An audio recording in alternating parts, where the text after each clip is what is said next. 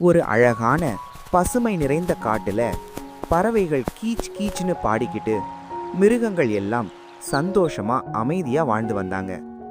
ஆனா அந்த காட்டுல ஒரு ராஜாவும் இருந்தான்.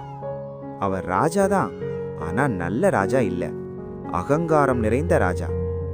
அதே காட்டுல ஒரு சின்ன குரங்கு இருந்துச்சு. பெயர் குரங்குசாமி. உடம்புல சின்னது, ஆனா புத்தியில ரொம்ப பெரியது.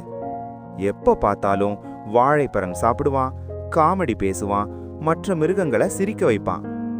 ஒரு நாள் யானை, நரி, மான் எல்லாம் ஒரே இடத்துல பயந்த முகத்தோட நின்னுகிட்டு பேசினாங்க. சிங்கம் இப்ப ரொம்ப கோபமா இருக்கு, யாரையாவது மிரட்டாம விடமாட்டான் போல.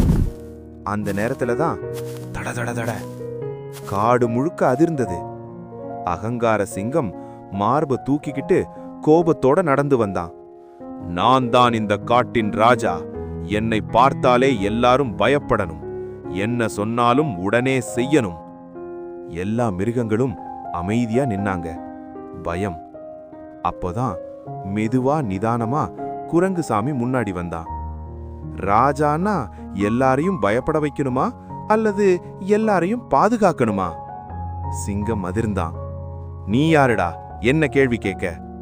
குரங்குசாமி சிரிச்சுக்கிட்டே சொன்னான்.